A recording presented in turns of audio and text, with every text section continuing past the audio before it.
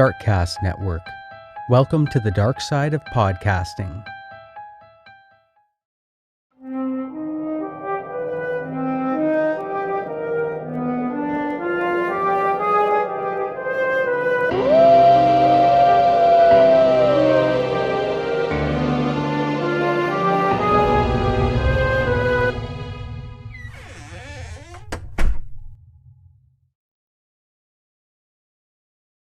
You are listening to Castles and Cryptids, where the castles are haunted and the cryptids are cryptic as fuck. And I'm your host, Alanna. I'm Kelsey. And it is the first episode of 2024. Yes. Oh my God. Did you miss us? We missed you. My dog just jumped down from the bed and poked his head in. Did you miss Aw. me? He's like, were you talking to me, Mom? I was not, but hello. Oh. Yay. Sorry. First episode of 2024. Apparently it's our first episode ever. No, if it's your first episode with us. Welcome to the chaos. I don't know. Welcome to pet interruptions, tangents, and more. Castles, cryptids, cats, and crime. Tangents. And chattiness. Yeah. We have all the C's here. No. But yeah, I know. Sometimes I'm like listening to our episode, or I did listen to one of our episodes recently, and I was like, oh man, yeah, some people like are good about saying every week kind of what they do, and I'm like, we just kind of start getting into it, or we start talking about something. Yeah. I'd be like, hey, this is your first episode. This is what we do. True crime and other bullshit. But Yeah, we do. Well, this week it's a crimey one.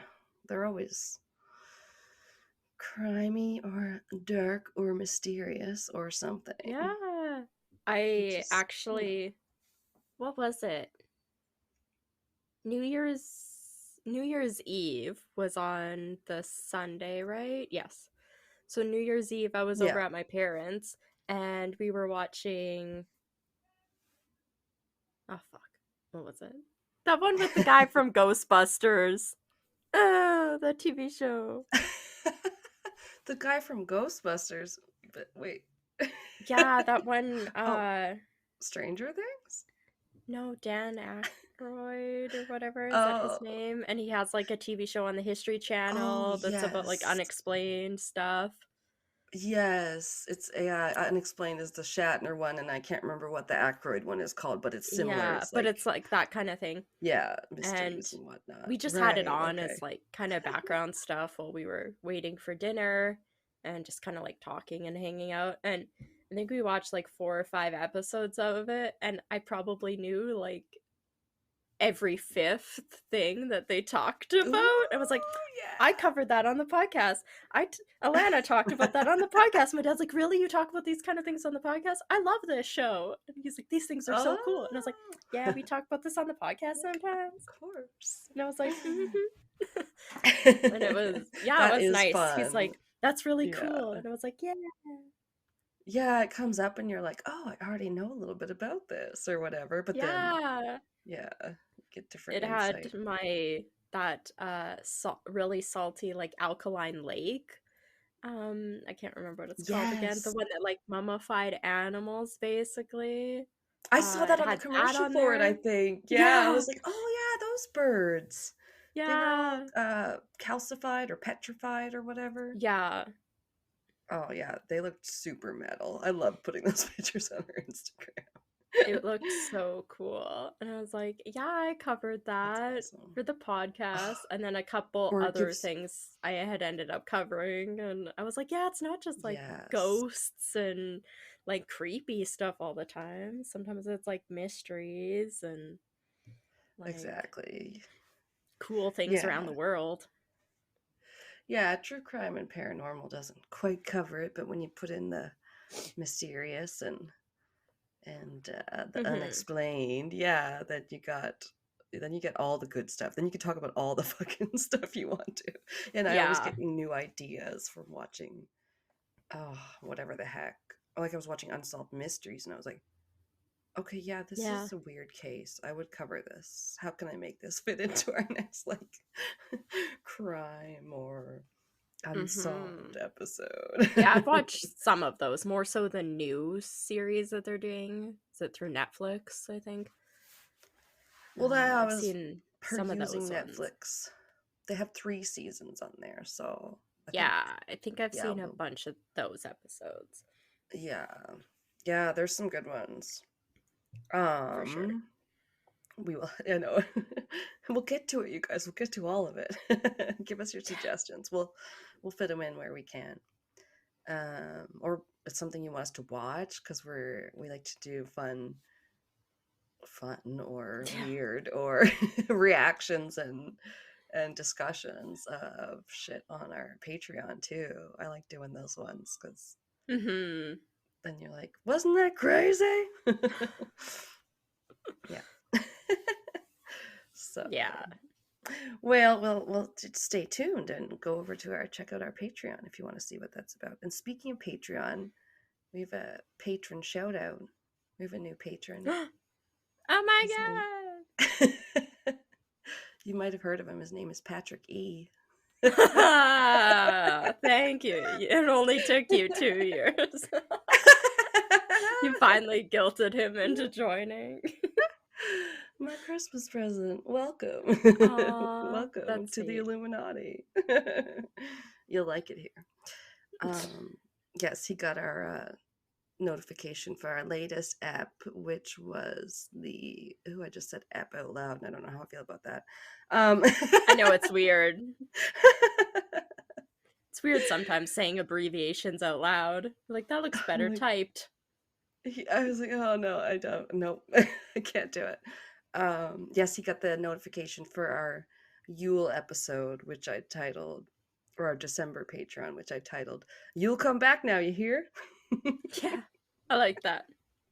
It was cute fun. When I saw it. Yeah, you did something I wasn't prepared for, which was focus on one area and kind of deep dive into their traditions, which I thought was really cool. The Philippines at Christmas time seems so magical.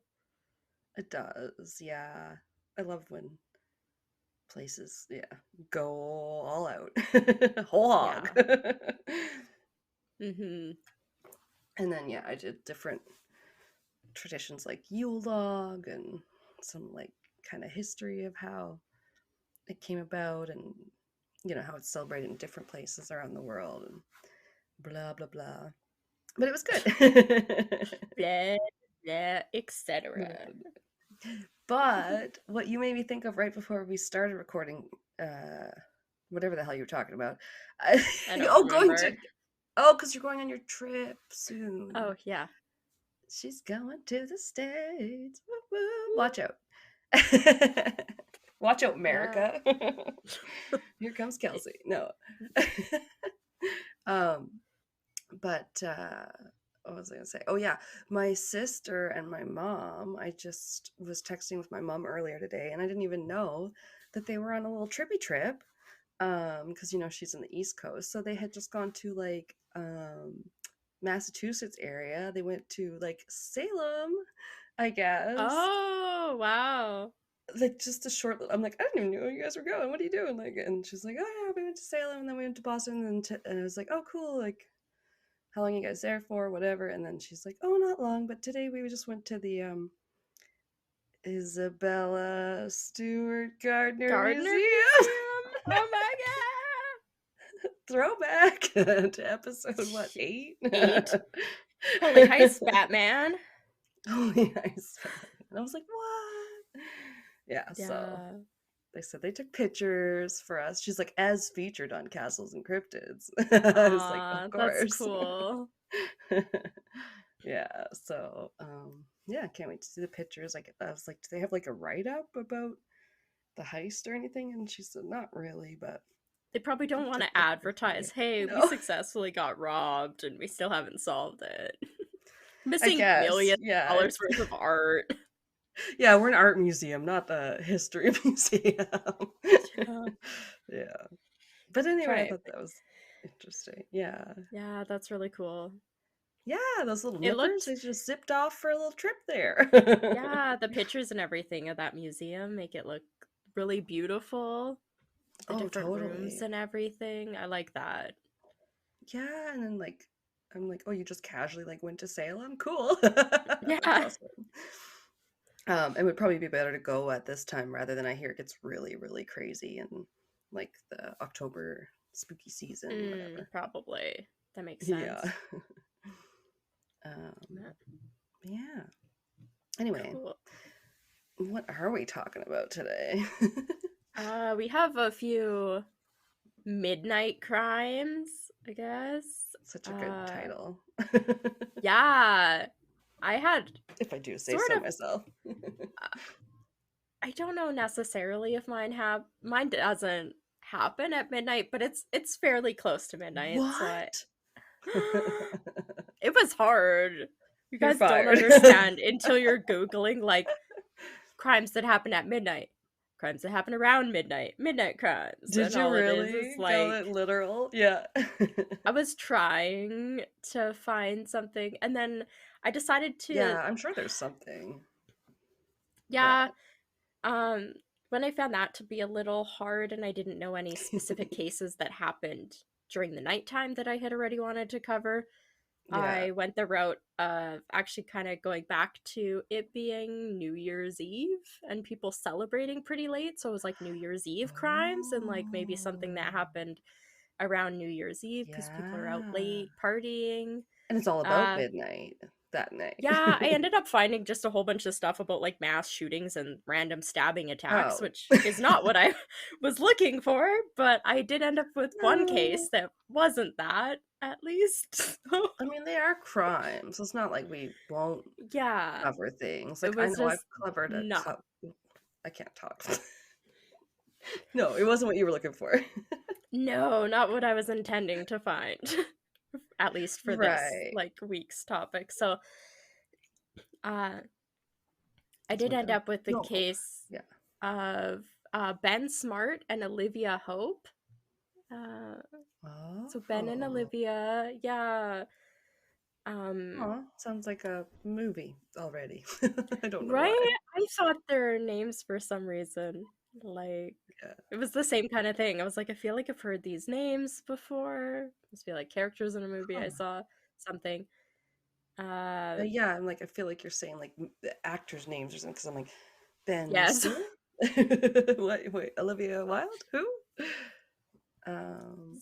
So these were two young friends. They lived in New Zealand.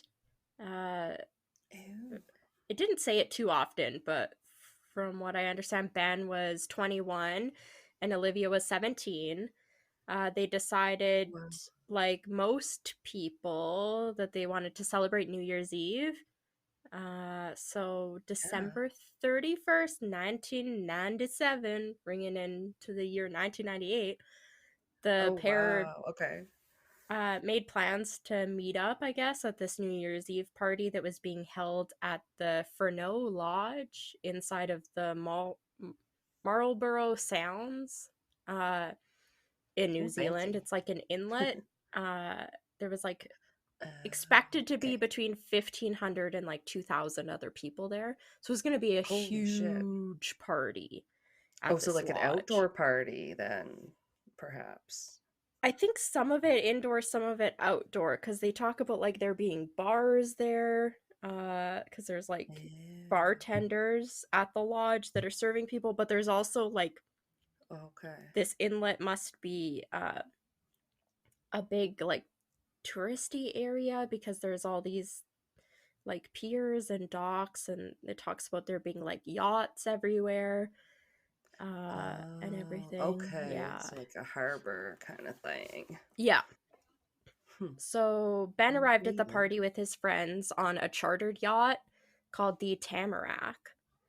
And Olivia Oh, actually had decided to arrive separately. It didn't really say how she got there, but they met up together at the party anyway, at the lodge. Oh, okay. I'm trying to think where I know the name Tamarack. I think that might have been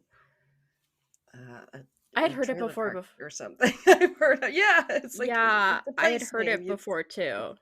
Right? We just So they reuse rang. names over and over in the Commonwealth countries. So many things here in Yes. Canada are named after British places and Ugh, stuff. a lot of Marlborough, them. like that's so Yeah. UK. So they rang in the new year, they partied. Celebrations, it said, were winding down by about 4 a.m. This is January 1st, 1998 now. Wow, Uh, ben and that's Olivia late.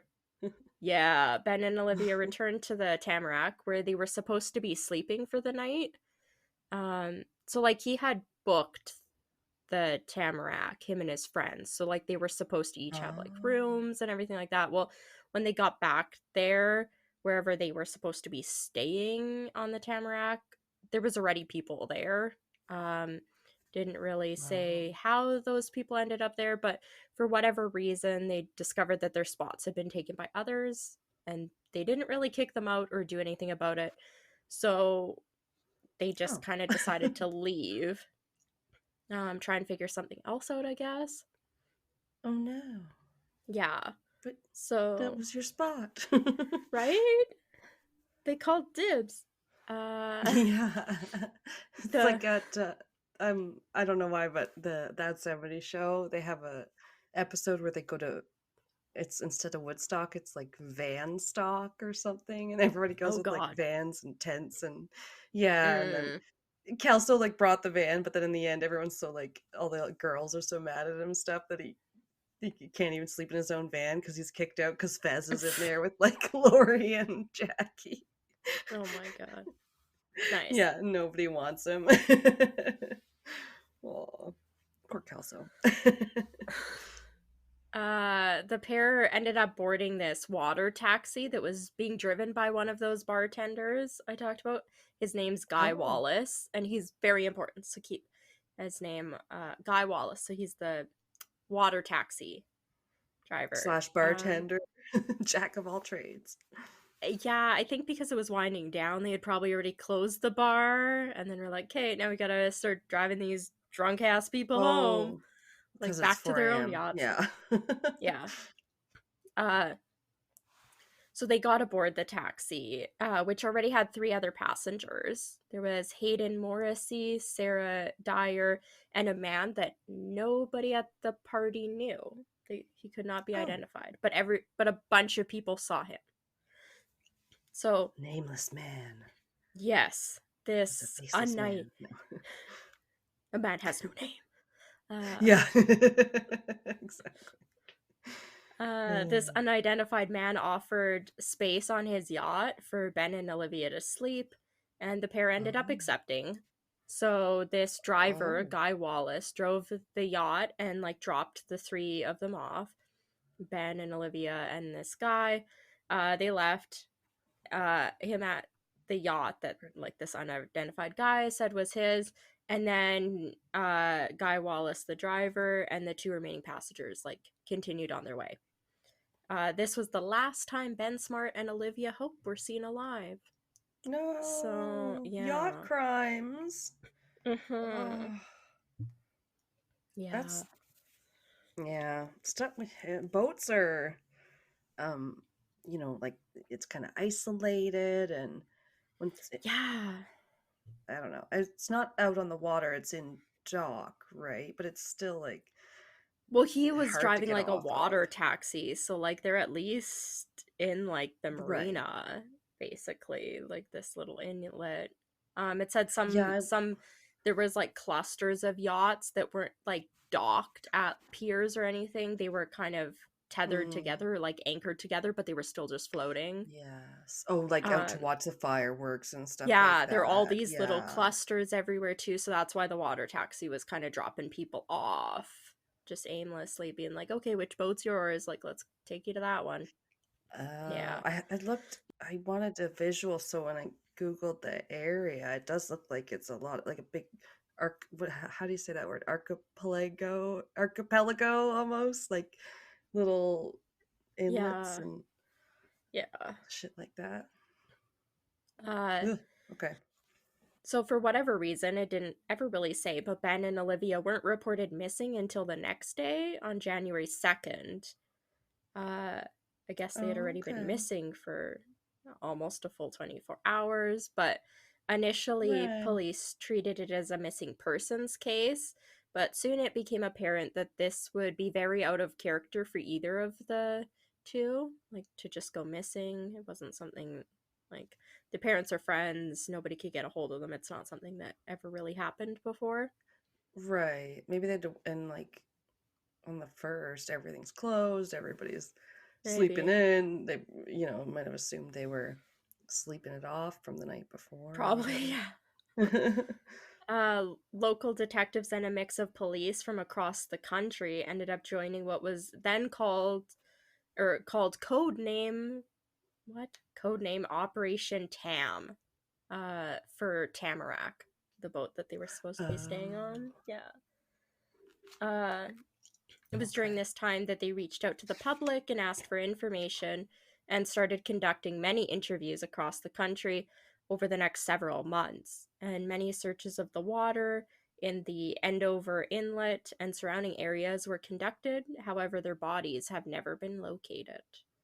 It's like nobody. No. Yeah, they've never ever been found. Oh, that's so sad. Yeah. The poor families.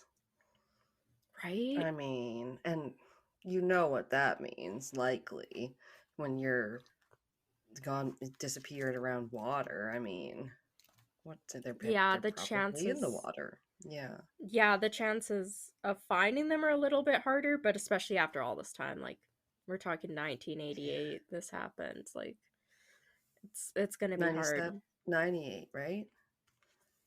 Uh, Oh, yeah, sorry, 1998. I just just took it because back I another always remember decade. when it's my birth year. uh, You're 95 though, right? yeah. Okay, right. So it's a couple. Okay, Kelsey's just a toddler when this is happening. Yeah, I Where was is this 3. again? I'm sorry. New Zealand. Oh, right. I totally knew that. Okay. So, Marlborough Sound. yeah. I'm paying attention. This Hmm. initial focus for like suspects started with Guy Wallace, who was the water taxi driver, Ah, as well as yes. the other passengers, as being the best witnesses at least, because they were the last ones that they knew saw like the pair. Yeah. So in police statements in the days after the disappearance, Wallace described this unknown man uh, that was last seen with the pair, saying he had about 2 days worth of facial hair growth, possibly some arm tattoos. Described him as with a wiry build, about 5'9", some short, Okay. dark, wavy hair, and pretty like scruffy or like kind of rugged in appearance. Not like clean cut, Hmm. not like well put together or anything like that. Like he looked a little scruffy. Um, Also said he was wearing a Levi shirt and jeans. Uh, Okay. this, as far as I remember, was corroborated with like the 3 other passengers that were already on the, or no, it would be the 2 other passengers that were already on the water taxi that also like saw him. Yeah, but They were pretty nobody knew consistent, him. but Yeah. nobody has identified him. So Wallace was sure that this was the same man that he and his other coworkers and the other bartenders had served in the lounge bar earlier in the evening. So Okay. this was the second place Wallace had seen him. First was like at the bar, during the celebrations, and then Scoping the second was on place the out. water taxi, Maybe. maybe. Yeah. I like So a water trying taxi. They're fun. I don't know if I've ever really been on one other than like a ferry to get you from like a mainland to an island. That's probably the only thing, but Yeah, this when we were in Toronto, when we went over to that little Toronto island there, you take a little water taxi. yeah, It's just, it I don't sounds know, it's just cute. yeah, it's tiny, you might as well be in a little just speedboat or something, right? You're just like, Cute. And the radio going, the guy's just driving it like he's, done this 10,000 times today. Right? Yeah. Yeah. So, trying to identify this unidentified man, police end up collecting a whole bunch of photos from the party. Like, it's New Year's Eve, people take lots of pictures, so they're trying to Yeah. see if they find this guy in any of the pictures. And they start playing all these photo montages and showing all these pictures to Wallace. But in the first set that he saw, he says he doesn't see like that man in any of the pictures. Okay. So, yeah. Police then switch out some of the photos and show Wallace this second photo montage. And on April 20th, 1998, Wallace identified one of the men in one of the photos as possibly being the man last seen with Ben and Olivia. And this man was then identified as Scott Watson, who was a Guy fairly found the local man. guy. Yeah. That's So, crazy when shit gets captured in pictures that becomes relevant, like for police investigation. yeah. It's Like there's I swear. 2,000 people there. Yeah, and Like, someone's just caught in the background. Or yeah. get this, I was listening to a Mr. Ballin the other day, or watching it, whatever, because on YouTube. And there was a guy who was taking a picture of his family, and then in the same second he takes a picture of his wife and whatever, they catch the guy and behind them with a gun, and he Oh my killed god. the guy taking the picture at the same exact minute. Oh my god. He took the picture. I know, crazy. That's Spoiler scary. alert. Sorry. Much Yeah. less cute than the ones where it's like, I met my wife and we were looking through photo albums and we found. Have you seen that one? I think it's like in China or something. The guy's taking a picture in front of like one of these buildings, and then you can see off to the side a woman's also having her picture taken, and it's them like 20 years before they no got married, way. but they had never met, but they're both getting their Oh, picture taken wow. on totally different, like they're like 40 feet apart, but it's so cute. And then you can see him in the background of her picture and her in the background of his. Oh my It's god, it's like aw. serendipity. Yeah. And the We're pictures meant were to taken find at each like other again. basically the exact same time, because you can see them both doing the pose that they were doing in the pictures, and you're like, oh, that's so cute. Weird. That is Yeah. cute. I like that one better. Yeah, that one's much better. But holy shit, we should do photo crimes, or you know what I mean? A photo themed episode could be cool. Yeah, like caught in the background. Yeah. Okay, what's this Scott guy's last name? I was starting to write it down. Watson. Nope, that did not happen. Okay. Elementary, my dear Watson. Yeah. Okay. So, this first photo montage that was played for Wallace actually had 2 pictures of Scott Watson included. Oh. But in the second photo montage that police showed to Wallace, they had swapped out one of the photos for what is now referred to as the blink photo, in which The Scott's blink photo? Yeah, because Scott's eyes appear only half open, and Wallace said that, well, quote, the eyes were the same as the man he had seen on the night. The hair of the man in photograph 3, meaning Scott Watson's eyes, like hair, is too short, and his appearance was generally too tidy. So, but he said that's kind of what his eyes looked like. And they were like, oh, you're identifying him in the photo? You're saying that's the unidentified guy? Well, we know who that guy is, so let's arrest him. So, yeah. Okay. Interesting, even though it wasn't a completely positive identification. Yeah. After 5 months of investigations, the police then arrest Scott Watson, who was a resident of Picton. Watson denied any involvement and has since maintained his innocence. But little use that does him, you'll see. I'm sure. So Scott Watson's trial lasted 11 weeks and attracted considerable media attention. The Crown, that was trying him, called approximately 488 witnesses against him, while the defense called just 26. which, I like, mean, they that's had like two crazy. people in a water taxi. How could there be that many witnesses? I know, I don't know how there's 488 people. What? Okay. Yeah. During the trial, another water taxi driver, Don Anderson, said that he dropped Watson off at his boat. So, like, Watson has his own boat. So, this other taxi driver says he dropped Watson off at his boat called Blade. That's what his boat's called. Sometime Ooh. between 2 and 4.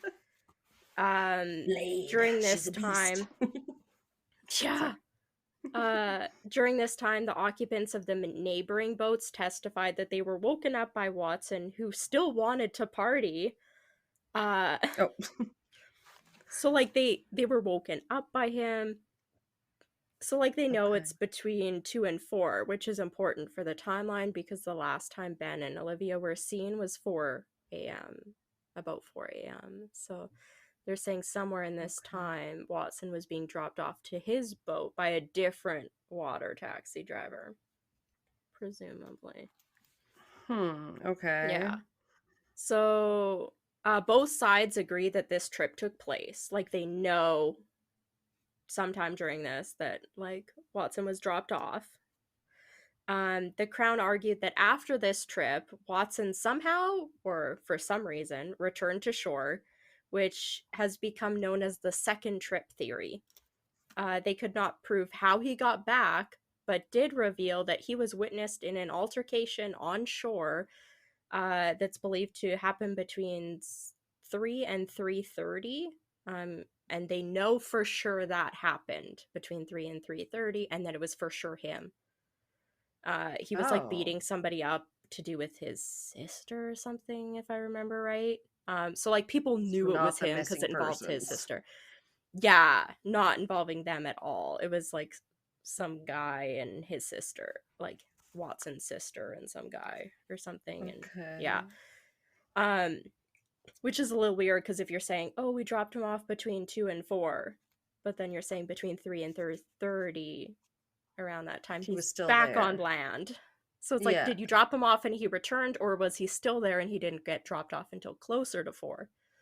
Yeah, very Uh, close to 4, I would imagine. yeah. It's just like, oh, pow, pow, pow, pow, pow, pop, pop, but beat this guy up and then jump Yeah. back in the catch a water taxi real fast. Okay. Yeah, it's a little weird. So Hmm. later in that day, January 1st, witnesses put Blade, Watson's boat, in several different places, like in this kind of inlet area, but Watson was viewed as the only occupant. They never saw anybody else aboard his boat any of the times it was witnessed, like later that day. Okay. Two other passengers, so that Hayden Morrissey and Sarah Dyer, also testified that the taxi had not gone to the Blade. So, like, they knew what Watson's boat looked like. They were like, we didn't go to the Blade and drop off Ben and Olivia on the Blade. They Right. said that the taxi had dropped them off at another much bigger yacht. And also, people that witnessed it, Ted and Yvonne Walsh, two experienced boaties, described seeing a similarly large yacht in Andover Inlet on New Year's Eve. They too talked about this like blue stripe that was seen on the side of it. I think I have a description. Maybe I have it later on. But they say like this isn't the Blade, this isn't Watson's boat. Like his boat looks totally different. Right. And he was only said to have had like the same eyes or similar eyes to the Yeah, like guy seen squinting with them. eyes. Like his eyes are only Okay. half open in the picture. And it's like, okay, but his hair's the wrong length and he looks too It's just tidy and he so looks clean shaven. circumstantial. He's so clean Yeah. shaven. The other guy's got like 2 days of hair growth. Yeah, it's And all this over the after place. on New Year's Eve when everybody's Yeah. presumably been imbibing, at least most people, I would Yeah. imagine. That's one Ugh. thing, this too. People are like, well, how are we supposed to accurately entrust all these times of these people when a lot of them would be drunk? And Yeah. it's like, yeah, like that's fair, but still. Witness, yeah, testimony is Yeah. what? Yeah, unreliable at best. Yeah. But a bunch of these people are saying like, we know what fucking how to tell boats apart. So they talk about this blue stripe, they talk Mm-hmm. about the rigging boats, there's different number of masts, there's portholes, all this stuff. Bruce Sure, yeah, you know, O'Malley. a bigger boat when gonna see a bigger boat. No, like when you see a bigger boat, you're like, yeah, that's a big Yeah, boat. this guy named Bruce O'Malley, he also gave a similar description of seeing like this boat. So testimony Okay. from, this is so stupid. During trial, there was like testimony from these two prison informants that we gotta love prison informants. Like, fuck. It's like, why do we still do The this? It's most so useless. reliable. Yeah. This was also presented. I won't get into what they say because it doesn't matter. Because one later says that he was lying, while the other one ended Ah, up receiving special privileges for his testimony, like a cell phone and like a car trip or something. That's stupid. oh yeah, not So it's like I don't even care biased what they at had to all. say. Yeah. Yeah. People will say anything. I committed Yeah. that crime. We found out that you didn't. Why would you say that? I don't know. I'm bored. Yeah. Yeah. Also presented during the trial was the identification of Watson by Guy Wallace and Roz McNeely. Who's Um, that guy? so Roz McNeely was one of the other bartenders, and they had basically done the same thing Oh, that Guy Wallace had done and been like, that sort of looks like them. And then they were like, yeah. oh, sort of, but like you can't say it's definitely not him. And they're like, well, Right. we know Scott Watson's, like, why would we not know it's Oh, him? Like, if we saw him out or we were talking to him, like, kind of shit. And then they're like, they'd recognize okay. him. But they, like, the police just keep running with it and are like, we don't care. Um, yeah, because they basically decided Scott Watson was their man and they wanted to hear nothing else. Hmm. Pretty well, yeah. Uh, they had like confiscated Blade, which was Scott Watson's boat, sorry, and they were trying to find fingerprints. There was none that they found, and then they also subjected the boat to DNA testing. They didn't really find much other than a hair that they said, like, at the time DNA testing wasn't all that accurate, I guess, so they could only do like familial DNA searches, and they said that they're pretty sure it came from Olivia, but they or someone in her family. But it was like one hair, What? and they said there was a possibility it could have been a transfer of some kind, but they don't really know. Well, I thought if you didn't have the root to the hair, you couldn't really test for DNA Yeah, that yeah, that's why that's a positively or little something. weird. Huh. Uh, yeah. Yeah, like a number of human hairs were later recovered. A forensic biologist testified in court that one hair was matched to Olivia Hope through DNA testing, but police never received the level of validation that they were seeking from these tests. So it was never like confirmed as much as they would have hoped. That Yeah, it like was actually 100%. Olivia's. Yeah. But it was still presented as evidence at Watson's trial. They didn't really talk about the validity of it. They were kind of like, yeah, we found her hair. They weren't like, it's maybe only this percent accurate. They was just like, all they said was, we found her hair. So, God, I would hope his defense would, yeah, bring the opposing yeah. argument up. Watson, unfortunately, is found guilty of murder and sentenced to life imprisonment with the possibility of parole after 17 years, which Wow. is fucking awful. Yeah, Um, especially because if it wasn't him, then they're wasting all their time not looking for the real killer or exactly. killers. Yeah. So, Guy Wallace was adamant after the trial that the police had misled him over this photo montage that he had been subjected to. He said he believed that Watson was innocent and that he had inadvertently contributed to his incarceration, Oh like, of this no. innocent man. And he No, he's maintained this position. terrible. Yeah, he tried. Like, he tried Yeah. to make them listen that, like, he might not have understood what they were trying to do, but they had intentionally, like, manipulated and chose those photos specifically to try and make him pick them, which was Hmm. awful. Um, he maintained this position that Watson was innocent in multiple interviews and in an affidavit all the way up until his death in March of 2021. Oh boy. So, yeah, like 24 years. He was like, no, he was innocent right from the get-go. Guy Wallace said that he felt tremendous pressure from the police and media during the investigations, and that the detectives had initially suggested that he was actually responsible for Ben and Olivia's deaths or disappearances. Sure, And why Wallace, right? They're just grasping at straws.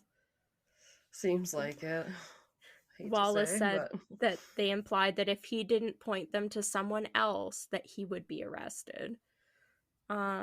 And by this point, locals had already even begun to shun and avoid Guy Wallace, like in the streets and everything. It said even at one point he was asked to leave a restaurant, like they wouldn't even serve him and stuff. Oh my god. Yeah. And that was just because he was being freaking questioned, because it was just one of the last people to see them alive. It wasn't even that he was a suspect. Yeah, it's awful. It's got some small town fucking vibes. Like, oh yeah, everybody knows everyone's business, and the minute anything is like, oh, you're talking to the cops, what's that about? Yeah. Well, hopefully they're trying to do their job. That's what it's about. Oh, this is it. Rosalind Ross McNeely. So it's a woman, sorry. Who was bar manager at the Furneaux Lodge on New Year's Eve, also identified Watson from the Blink photo in Montage B. Right. Yeah. Once she saw a picture of Watson taken from that night showing him to be clean shaven, she also recanted and signed an affidavit stating that she had made a mistake identifying him. Again, they didn't care. Like, it wasn't like made public or whatever. They just kind of kept that hush hush. Right. Yeah. That is not great. No. I do have some of the inconsistencies that I wanted to talk about from, like, I guess what they say about, like, if Scott was responsible versus what witnesses actually say they saw. So Wallace said that he told police that he had dropped Ben and Olivia off at a wooden ketch, which is a boat with 2 masts, and then on January 3rd, he had provided police a sketch of what that boat looked like. It had 2 masts. He wrote at the bottom that it was like 38 to 40 feet long. He said it looked well maintained, was made of wood, with a thick blue stripe on the hull and several round portholes with like brass surrounding it, so like lined in brass. He also said that it was rafted in a group of 3 to 5 other vessels, so like kind of floating there, and they were in their own little cluster. Yeah. On January 12th, this is months before the second photo montage was ever like compiled, Scott Watson's sloop called Blade was seized and searched by police. So presumably he's not even on their radar yet, because photo montage B and Guy Wallace hasn't even identified Scott Watson, but they seized his boat 3 months before he was supposedly pointed as the next lead suspect. But they've already seized his boat. Yeah. Even though the boat doesn't seem to match the description from the taxi guy. Blade was much smaller than the ketch they were looking for. It only had 1 mast. It was made of steel, not wood, and was missing any of the portholes. Didn't have a porthole, and it didn't have a stripe, that blue stripe down the side. So it's a totally different boat, just like everybody's saying. Just gets worse. Police analyzed thousands of photos taken during the party and interviewed all of the boat, like water taxi drivers, but none of them were able to corroborate Wallace's report of a ketch in the Andover Inlet that night, or find any of the 3 to 5 vessels that it was rafted to. So the police are saying that they looked through the pictures. There's this vessel that he reports dropping Ben and Olivia off at is in none of the pictures, and there's only a couple people that ever remember even seeing it. Nobody else ever saw it. So, Almost like it yeah, wasn't there very long or maybe. something. Yeah. Over the next several weeks, it's reported that a number of sightings of two massive ketch in the Marlborough Sounds are ended up being forwarded to the police. So, like, because they're asking for the public's help, the public's like, okay, we're seeing all of these like boats out, and we're trying to report them to you, including one even that was from another police officer. Um, so all these Oh. witnesses come forward and are pretty well told by investigators or police that their sightings and reports are not needed. Like, Oh we don't no. care. Or they're simply not followed up on. So they take their report and then they just basically ghost them. They stop talking to them, never follow up. Well, they think they got it all wrapped up. Yeah, but then at the same time, they're saying, no, we can't find this boat. Nobody ever saw this boat. And then people are like, well, we're trying to Doesn't show you exist. all the two-masted boats in the area that show up over the next couple weeks. And they're like, no, that information's unnecessary. Like, yeah. Yeah. There's a former detective, Mike Chappell, who worked on the case. He later claimed that officers were told directly not to follow up on sightings of two-masted ketches. Well, So, that's not good. no, that's like full-blown cover-up conspiracy shit. Right. Yeah, you're being told to not do Yeah. your job. I don't know how else to put it. That's very unfortunate. Yeah. Those working on the investigation would later say that Scott Watson simply fit the profile of who their suspect was expected to be. Watson had a lengthy criminal record with 48 convictions, mainly from when he was a teenager for things like burglary, Oh. theft, a bunch of cannabis offenses, and then Oh my 2 god, counts. okay. Yeah. So he stole some shit and smoked some weed. So have I! Yeah.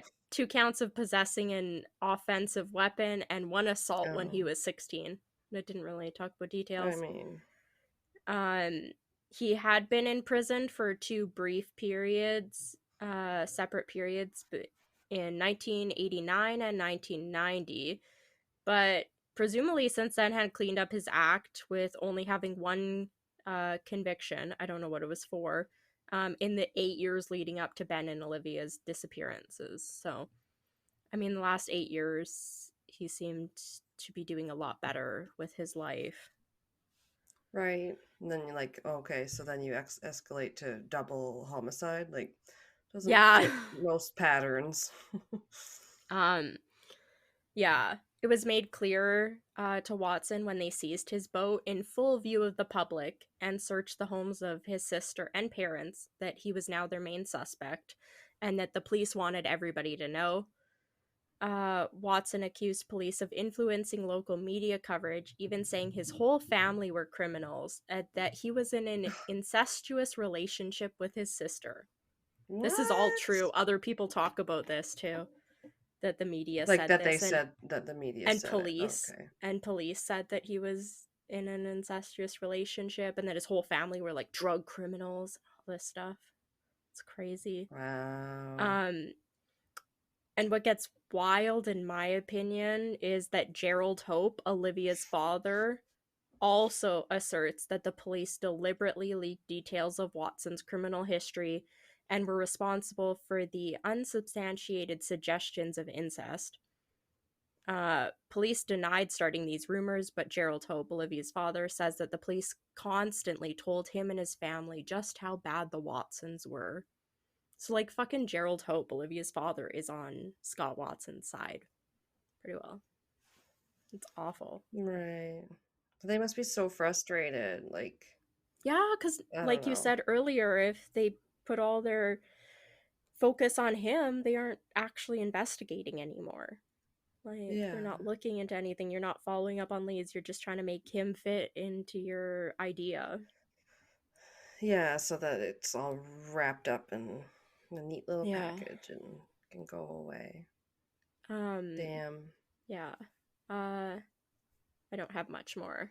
But Watson was advised by his lawyer not to speak publicly, so that by him not speaking publicly, the media relied entirely on the one-sided comments from the police and the victims' families. By the time his trial came, Scott Watson was not able to be judged in an unbiased way by No like his doubt. peers because everyone in the area already thought he was guilty. Yeah. Been painted that way. Trial by media. Yeah. There was wiretaps and like 70 plus hours of conversation that was recorded between Watson and his former girlfriend, who ended up kind of working for the police. She was like calling him up and being fed these questions to kind of trying to get if they could get Watson to like slip up or like say something incriminating. So they recorded him for like 70 plus hours, him talking to his ex-girlfriend. Oh my God. None of these conversations ever led to anything, and he never said anything to indicate he was ever involved. No matter how much they like whatever questions she was trying to ask, it didn't really say. What a waste of time. Right? All that manpower. Jeez. Oh. Well, and it's So just like that's the worst kind of what is it? Not nearsightedness, but like tunnel vision or yes, whatever. Yeah. absolutely. Ugh. So just kind of like updates, I guess I'd call it. Scott Watson has filed several unsuccessful appeals. Oh. I won't get into it, but there's a whole bunch of them. In Oh. 2007, Watson was found guilty by a magistrate for assaulting another inmate while he was in prison. I don't know the circumstances of that, but that sucks. Like, because then that's on his record. Yeah, and you're in prison. You have to defend Yeah, yourself. Like if it's tough something in there. happens. Yeah. Yeah. In 2008, his appeal against that conviction for like that assault failed. So like that was upheld. And then June 2020, it was announced that the case would end up getting referred back to New Zealand's Court of Appeal. In May 2022, the court also agreed that when the hearing goes ahead, Watson would be allowed to challenge whether the controversial eyewitness evidence related to the blink photo was properly obtained and should have ever been heard by the jury at his trial. It just said that this week-long hearing will take place in June of 2024. So it hasn't happened yet. So this Oh is my God. ongoing. It's one of the Ugh. reasons I wanted to talk about it, because it was like, oh my God, I feel so bad. Right? It gives you opinions. It's like watching the Making the Murderer one. Like you Yeah. either think he fucking did it or you think he was horribly mistreated and Yeah, wrong. I feel like Yeah. there's a lot of stuff that they failed to follow up on this. Yeah, Obviously, there's got to be so including, much, yeah, they don't know, it seems like. yeah, like, There's so many questions. yeah. Unfortunately, I don't have many answers. Right? The It's one of case those. and like Sorry. Watson's guilt remain a big like hot topic that has been covered in books and like documentaries and everything.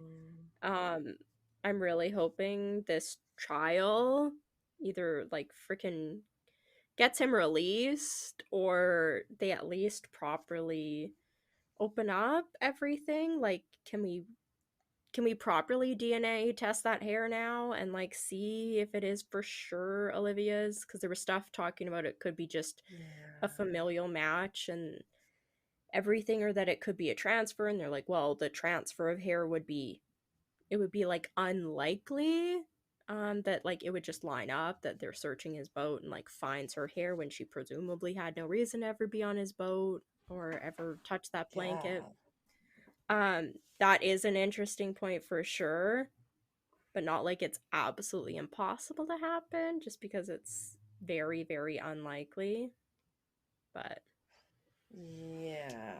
It might not even be her hair. It's like they could go back and talk to people. There's not going to be any physical evidence left yeah, now, but after a right? It's time sometimes people are more willing to say yeah. something. They're maybe like, oh, I'm not so scared of this person anymore because they're dead or in jail or whatever. Or re-go through pictures, maybe Yeah, you can find the boat now, or follow up on those eyewitness leads. statements that they were trying to Yeah. report in about the sightings of those two masted ships. because people were saying like, oh, the cops were trying to say, oh, we never have two mast ships, like boats that come in to this into the sound. And then people over the next 2 weeks were like, here's dozens of reports of two-masted ship that we're trying to report to you because you're saying none of them ever come in here, and you've They never don't seen one of exist. We've these. never seen one again after that. Yeah, like It's he so didn't just majestic, the mythical unless they two-masted burnt ship. it or it sunk. What the fuck Yeah. happened to it? Yeah. I hate that. It's just like the victims of the murder or probable murder get overshadowed, and then there's Yes. a third victim created if you accuse this innocent person allegedly. We don't know, but like, Right? I find it interesting that like police had already latched on him as being their suspect, presumably because of his criminal record. So they go through and set right. up these slideshows, Gordo, intentionally swapping out, basically putting pictures of random people and then only swapping out his photos so that he's still in multiple photos in the montage, trying to get you to point the finger at him, be like, that's possibly him. And they'd be like, oh, who's that? Oh, yeah, that's the picture of Scott Watson. And then it's It like, just well, seems fuck. really lazy, yeah.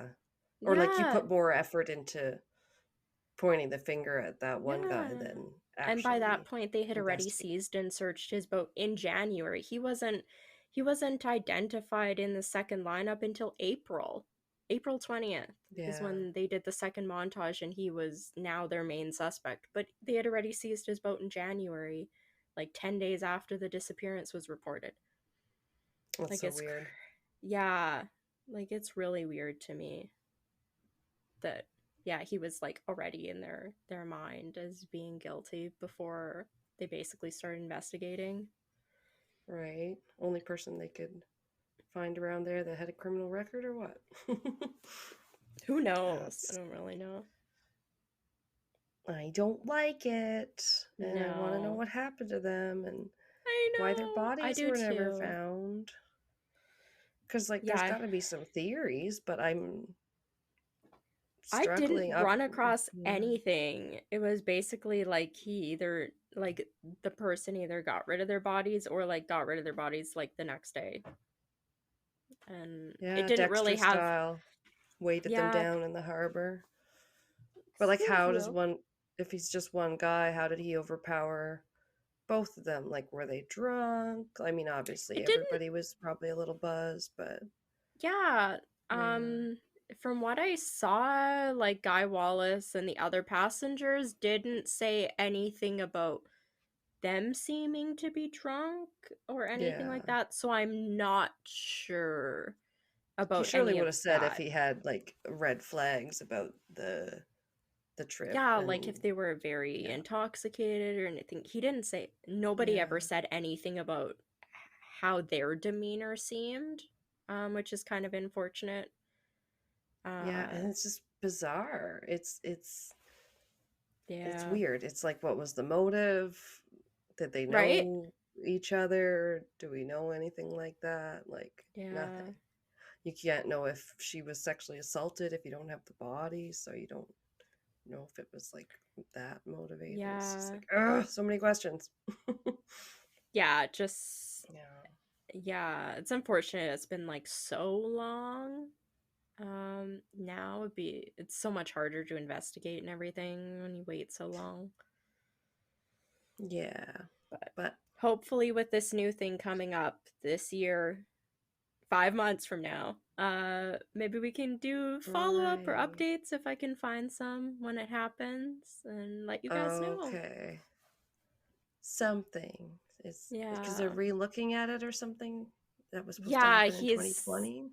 one of his last appeals was about whether or not um the stuff about that blink photo, like him Oh, being identified as the suspect based on the oh, blink photo, should have been admitted into evidence, and that's one of his last right. appeals. Yeah. Yeah, because it's not hard Yeah, evidence. considering both of them like withdrew their statements and were like, no, it's just because his fucking eyes were squinted that we were like, yeah, like the eyes match. We weren't saying he matches, and they both said like Yeah. the hair was wrong and all that kind of stuff, or he was wearing different clothes, or he's clean Right. shaven.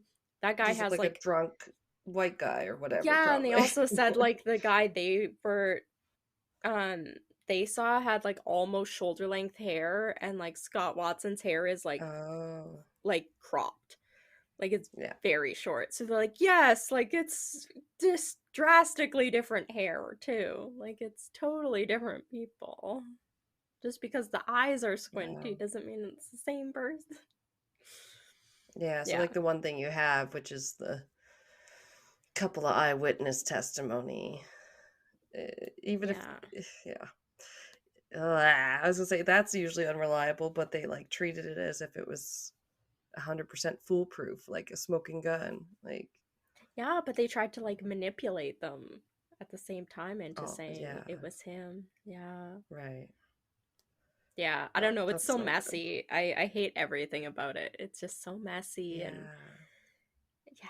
Wonder if there's a It's Reddit rabbit hole I can fall I'm down on sure this there one. is. It seems so conspiracy about like them telling them not Yeah, to follow up on the sightings of the ships, and then right. uh them saying that he was their perfect suspect and everything, and he just like fit the bill right off the bat. And it's like, well, you guys barely investigated anything before you pointed at him and then tried to manipulate everything to like fit him.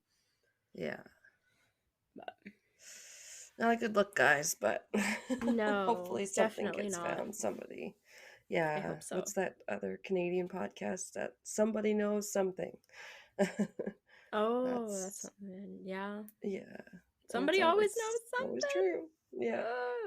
Yeah. Well, we'll have to take a break and we'll come back for more Yes. Hopefully they don't Midnight take it to their Crimes. grave. Oh, Oh, shit. anyway. All right. Well, all our longtime listeners will definitely know that recording a podcast is not always easy. No. Nope. So you better believe, like, when we find something we like, that we're gonna probably stick to it and not look for anything else. So yeah, that's one of the reasons why I love Zencaster. When we tried it, we were like, okay, finally, I wanted to have the video, and it's what, up to 4K video, which is Yeah. pretty effing cool. I can see every pore on Kelsey. No, I'm just kidding. I hope not. But it's great video and like just really easy on this one. So like once we stopped recording on our phones, I was like, yeah, this is the one for us. So even though sometimes our computers fuck up, it always comes through for us in the end, because we've never lost like a recording, knock on wood, and anytime we've had to use it, it's just been really great and really easy, and everything's just recorded when we wanted it to, which is, it's a lot to ask for when you podcast as much as we do. Yeah. It's nice that each of us has our own separate audio recording that you can download and edit. So it makes when one of us is Not us. doing something or has something, it's easy. You can edit that out even with the other person was talking because you have two separate tracks that you can edit. Yeah, it's one of the reasons we love Zencaster. Definitely, it makes it a lot easier. And the audio quality is also a lot better than any of the other programs we tried using in the past. Yes, it is the best. So go to zencaster.com/pricing and use my code cryptic, and you'll get 30% off your first month of any Zencaster paid plan. We want you to have the same easy experience as we do for all our podcasting and content needs. It's time to share your story. Keep it cryptic. All right, we're back. We're just babbling. I'm babbling about books and Keanu characters. Reeves and John Yeah. Wick and John Outlander Wick. and accents and He was Michael a C. Billy Wick Hall. in this book. And he was not as nice as John Wick. In fact, someone No. had to dispatch him, just like John Wick would have. Oh, snap. yes. Anyway, I asked my mom for that book for Christmas because I couldn't find it at the library. Oh, nice. Yeah, it's called The Winter Sea. I like the books by that lady. That the Outlander author is a fan because she does Yeah. historical fiction. It made me cry yesterday. All right, it did. But Yeah. then I like the ending. It's good. It's good. Okay. I should That's ask my like, mom if oh, she read I it. hate Sorry. that when a book makes me cry. Oh gosh, I know. Why is it books can make me cry? Like, books, really sad scenes in movies. But then Oh, sometimes when yeah. like I hear something sad that I like should make me want to cry, and I'm like, I feel nothing. Right? It's like, what's wrong with me? But like, I don't know. Sometimes it's just like the music and the scene and like whatever. Yeah.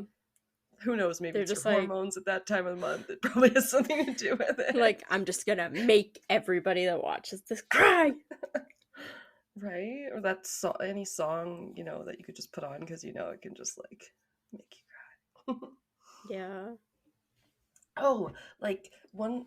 Anyway, quick aside. One song for me is that Night Swimming by REM. Always makes me cry. Beautiful.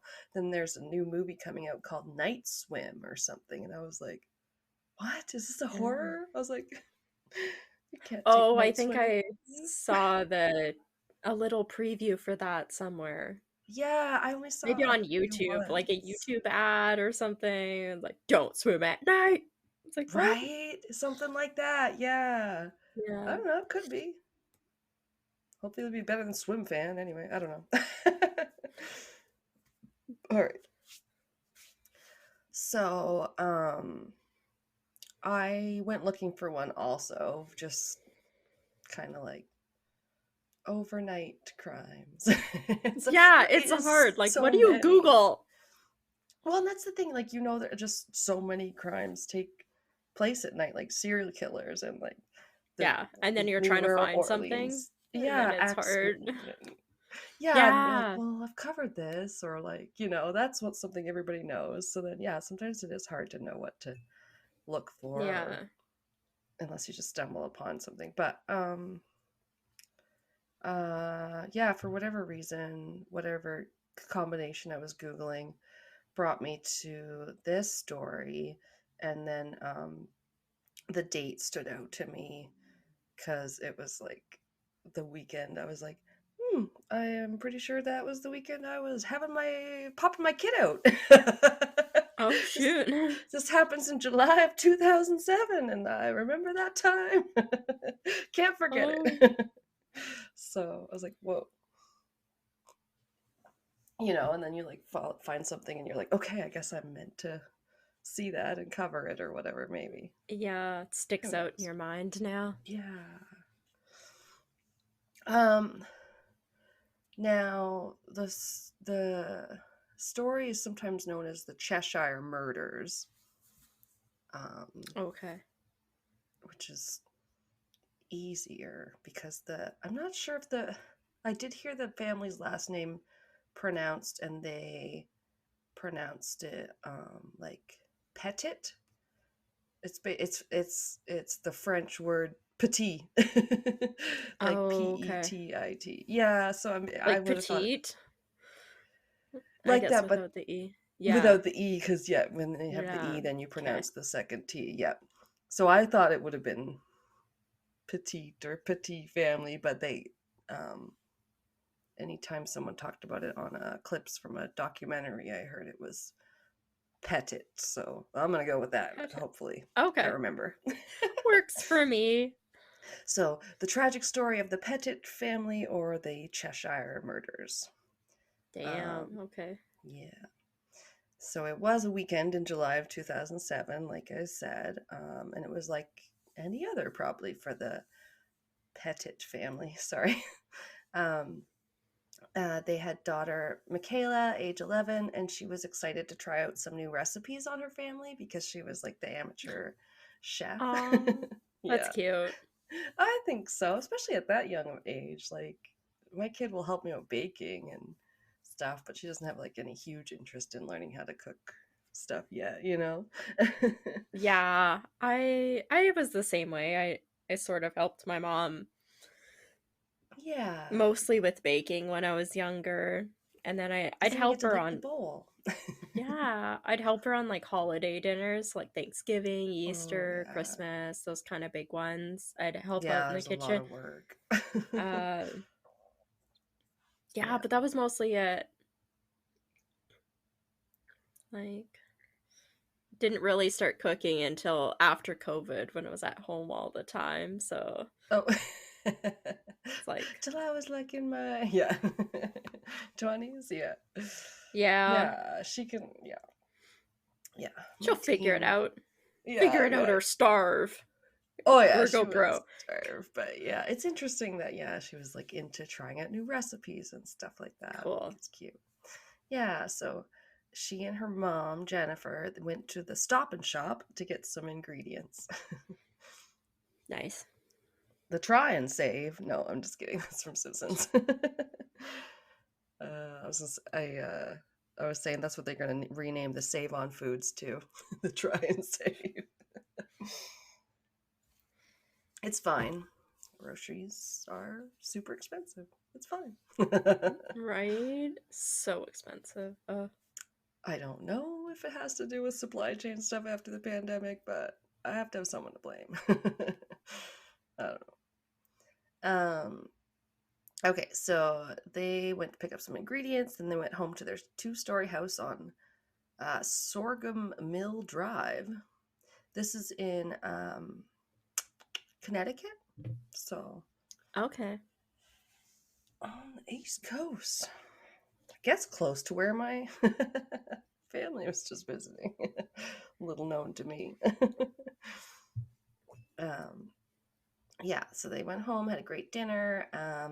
There was father of the family, Dr. William Petit, and the older sister Haley, who was an honor roll student. So cute little family.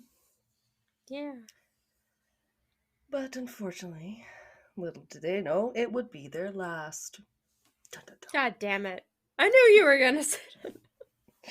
No, we need the ominous music in the background, like Unsolved Mysteries and whatnot. Yeah. It's horrible. Okay. So, yeah. After supper, they headed to their various rooms to relax, and eventually, the father fell asleep on the sofa in like the sunroom downstairs. I don't know. I'm guessing couch type situation, Yeah. armchair. Nice. Sounds nice. I told Alanna it was like what 20 minutes before we were about to be recording, and I was watching The Simpsons on my couch going, don't fall asleep, don't fall asleep. If you fall asleep right now and you get woken up because Alanna texts you, I'm going to go set up. It'll look Oh, so I shitty. know. Because I always have supper a little bit later, and then that's how I was feeling right after I had supper too. I was like, oh, I'm Yeah. really tired. I kept blinking really slow, and I was like, my blinks are getting longer. And I was like, don't fall asleep. I'm like, I'm Oh so yeah. comfy. I Like was they like, do I'm that on so TV comfy. sometimes. Yeah, they show you like as if you're the person blinking, blink, blink. Yeah, and then I just Oh my thought, god. ooh, I could fall asleep, and then, but if we don't record today, I'm like, I close tomorrow, and then it's Sunday, and that would be Oh, annoying. And then I was like, it was spiraling, and I was like, no, we have to do it tonight. Don't fall asleep. right. We did take our little Christmas break, you know? We didn't Yeah. record anything on Yeah, Christmas, and New Year's week. we didn't get ahead any. All our plans I mean, failed. we're not behind. No, we're, but we're not we're, any ahead. We're recording this 1 week out. It is Friday, that is kind of, January yeah, 5th.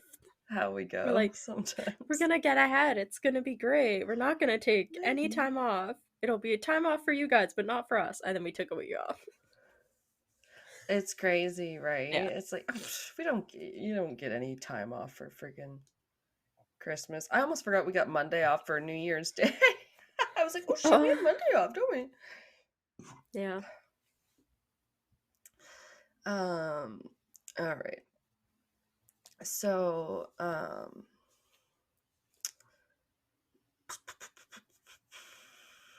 am I gonna go at this? I have so there's obviously some criminals involved, and I have some backstory on one of them, which I just kind of have right in here. I don't know why I didn't put it later, but I don't know. I can't answer that for you. I was like, did I mean to move this? Okay, yeah. So, as William, the dad, Bill Petit, had fallen asleep downstairs on a couch, he happened to be in this prime position near a baseball bat that the intruders that broke into the house happened to notice and took advantage of. Shoot. Weapon of opportunity, then? Yeah, I don't think they had any weapons on them. They said they Interesting. just planned to rob the place, as we'll Okay. learn, but they did not just do that. They, hit him over the head 4 or 5 times, I believe. Damn. Okay. Yeah, That's a lot. fucked him up pretty bad, and then tied him up, which was the initial plan, just to tie him up. And then they went upstairs to where the rest of the family were all basically in their bedrooms and put pillowcases over each of their heads and restrained them to their bedposts, like tied them to their beds.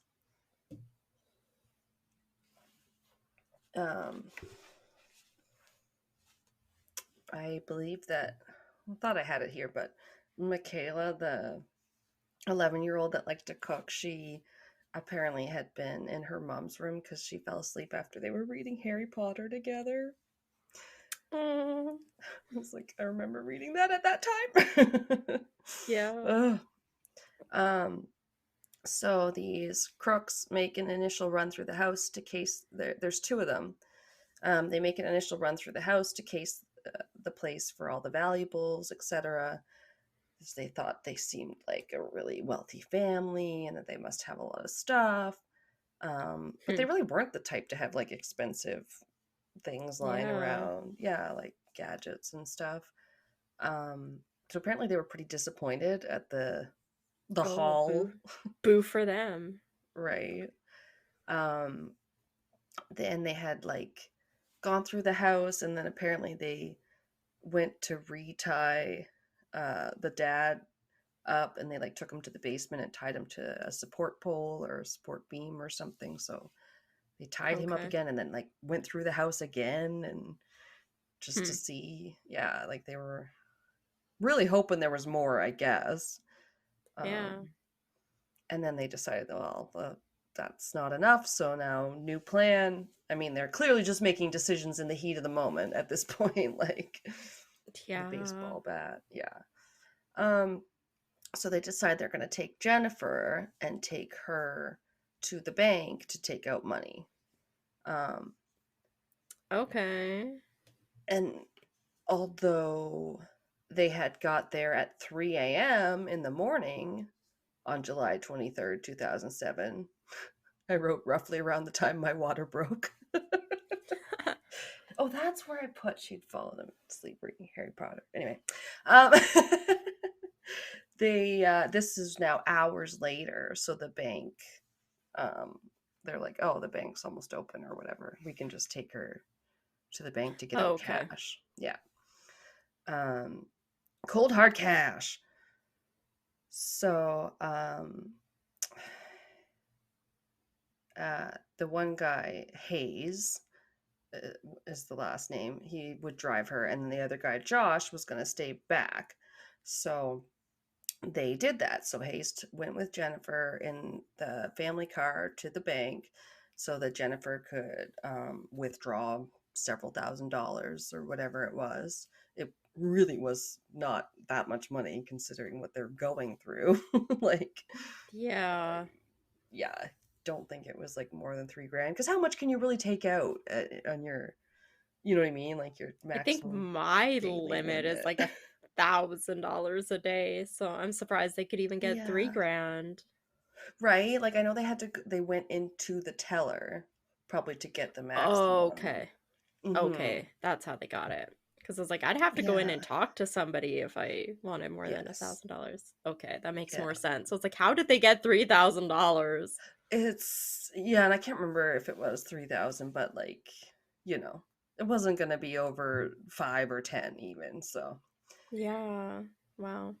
not that I remember. Yeah. Anyway, so they got there. Jennifer requested the money, and the branch manager, named Mary Lyons, she noted that she looked off.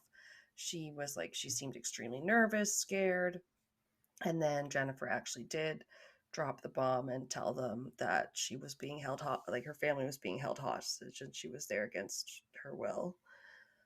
But she just told them like, and I don't think they wanted to alert, Mm-hmm. Hayes in the vehicle. So Lyons authorized the withdrawal and then called the police as soon as she watched Jennifer driving away, because they were careful not to draw their attackers' attention. Yeah. So then police were dispatched to set up a perimeter, like a vehicle, I don't know, a roadblock, whatever, perimeter. Oh, okay. That's smart. Yeah. Oh, Sorry. shoot. Maybe not. From the house. I'm like, yeah, it seems good. Sorry. It's like when I'm watching Outlander with Pat and I'm like just trying to just not give anything away by like any Yeah. It's hard. emotions Yeah. or feelings or saying anything like what's gonna happen. My Like, go-to whoa, is what's when this somebody scene? asks me something, I go, no comment. No comment. Right? Or he'll Or I say say, something. watch it. Yeah. I just do the thing the one lady says on who does the podcast with her husband who hasn't read the books, and he'll go, I think this is gonna happen. That's my outlandish theory. And she'll just be like, that's interesting. Yes, it's that foreknowledge like Claire has from being from the future. It's sometimes a Yeah. curse. So yeah, they set up a perimeter around the house in the general vicinity in the neighborhood. I'm guessing. I Hmm. I I know I couldn't quite visualize. I didn't actually watch a documentary, but they quoted one on a podcast I was listening to. I would like to see if there is one that I can Okay. watch about this and get a little more information. It's an interesting case, but now I want to watch more about yours too. So Yeah. It said there pretty was smart. documentaries available and stuff, but Okay. I didn't watch There's, anything. there's so Um, many when you go to like Netflix or anything. yeah. It's tough to choose. Um, so the police were given their specific protocol, as they always are, but what they were to follow, it included not entering or trying to contact the family or anyone inside the household. Um, Oh, okay. and I had to say, I was like, I'm not sure if they had someone like trained in hostage negotiation or anything at their disposal, as it's kind of a small, sleepy New England town and whatnot. So I'm not sure what Yeah. they had in experience with stuff like this. But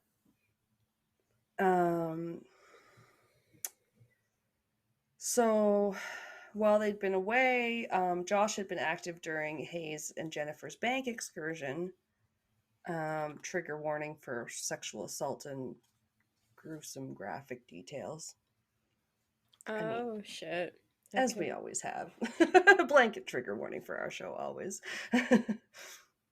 But yeah, Josh had raped Michaela while she struggled and screamed, I assume. And then when Hayes was back from the bank, Josh suggested to Hayes that he rape Jennifer to even things up, so he did. Ugh. Jesus. Yeah, it's just escalating and escalating. Which one's Jennifer? The older sister or the mom? Jennifer's the mom, Oh, and okay. Michaela was the younger sister, yeah. Jeez. Right? Haley, the older sister, doesn't seem to have been assaulted in that way, thankfully. Okay. But Hayes then began strangling Jennifer to death, as meanwhile in the basement, Bill was freeing his hand from his restraints. Go Bill. I know. And then he was able to free his hands, I understand. And then I suppose his legs must have still been tied because everything said that he had to like hobble his way up the steps and out the back door. Oh, okay. Can you imagine? And that's meanwhile the two men, the attackers inside, are pouring gasoline over his family members while they're still alive. Jesus. Okay. Yeah, because they're gonna light it on fire. That's awful. I hate that. It's one thing, like just burning people alive. It just has to be one of the most cruel things. And like, what the hell? You wanted money or valuable? Yeah, now they don't even care. They're just They're so just gross. like, fuck it, right? So they're like lighting the place on fire and they're fleeing. They take off in the family's vehicle, but you'll be happy to know almost immediately, and by that I mean 5 minutes later, were apprehended as part of the perimeter. Good. When they crashed into a cop car. Oh shit, okay. Yeah. But sadly, this was just after 10 a.m., so it was about 7 hours after the violent spree had begun. Oh, it probably felt like a lifetime. Right? Sorry, I was just like, say something, and I'm like, okay, I have to take a drink now. Yeah. Oh, that's so awful. It's bad. Yeah. Yeah, those are both going to be very frustrating cases. I'm so sorry, you guys. Maybe mine will have some hopefulness at the ending. Maybe? Don't you know? Don't you know how your own case ends? I'm trying not to give it away. Okay. So, Dr. William Bill Petit survived the attack. He made his way out. He escaped, and he said afterwards, "My heart felt like it was beating 200 beats per minute, like it was going to explode out of my chest." Just adrenaline. Pure right? Adrenaline. So he said, that he had to crawl and roll to his neighbor's house, and at this point he had lost about 7 pints of blood overall. So he was so covered in it that when he got there, they didn't at first recognize him. Wow. Is it still just from his head wounds, I guess? Getting hit with the bat? Yeah, I think so. I didn't hear of any other injuries. Okay. Yeah. Well, maybe injured up a little bit getting out of the restraints. I don't know. Maybe, yeah. Yeah. On the True Crime Obsessed podcast episode I listened to, they had some clips from a documentary, and he had then apologized afterwards to his parents-in-law. Is that how you say it? Like his wife's parents. He apologized for not saving their daughter, and they had to tell him that, like, you did what you could. Like, you didn't fail. I know. Can you imagine? Yeah. Survivor's guilt. Yeah. Yeah. These two, so then they were tried separately. Oh, really? Weird. Yeah. I don't know if sometimes that's easier in case there's different, like, culpability. Maybe. Because as it turned out, Hayes had bought the gas in advance, even though they said they never planned to murder, only robbery. Oh, okay. So it shows some forethought. Yeah. Josh. See, now I have to find his last name, which is probably at the beginning. I only wrote his last name like once because it's really long in Russian. Oh, okay. Oh, there it is. Oh God. Dun, dun, dun. Dun, dun, dun. Where was the rest of that shit? Okay. So during the trial, the one defendant, Josh K., as I wrote in most of my notes because his last name is Komisharjevsky. I said that wrong. Yeah, I have no idea. Yevsky. Super like Russian. But yeah, he's a dick because he called Dr. Petit a coward and said that he could have saved them if he wanted to, quote unquote. Jesus Christ. Right? He most likely would have died too. I mean, right? if he had lost that much blood and his legs were still tied together, and if he didn't know there was a fucking blockade out there with police and stuff, he smash him just over the thinks he head. has to go try and get help. Like, yeah. if he doesn't know police are already nearby, he's just trying to go get help. He doesn't know they're already there. How would he even know he ran out of the house? Like, I don't know why he said that. Because he's a dick. Yeah. It also became apparent, like, post-mortem after the autopsies and stuff, that older sister Haley had managed to free herself and had even made it to the staircase, sadly, before she succumbed to the smoke inhalation, and that's how she and Michaela died. Yeah.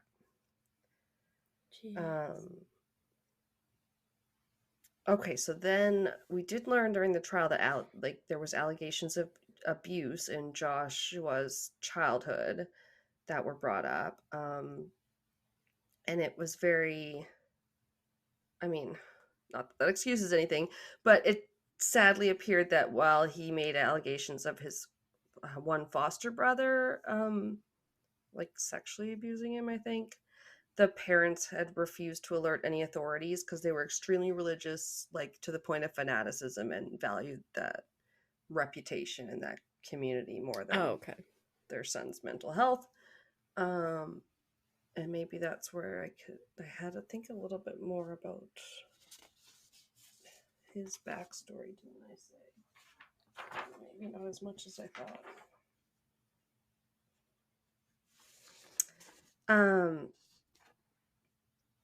Yes. Oh, that's where I had his name again.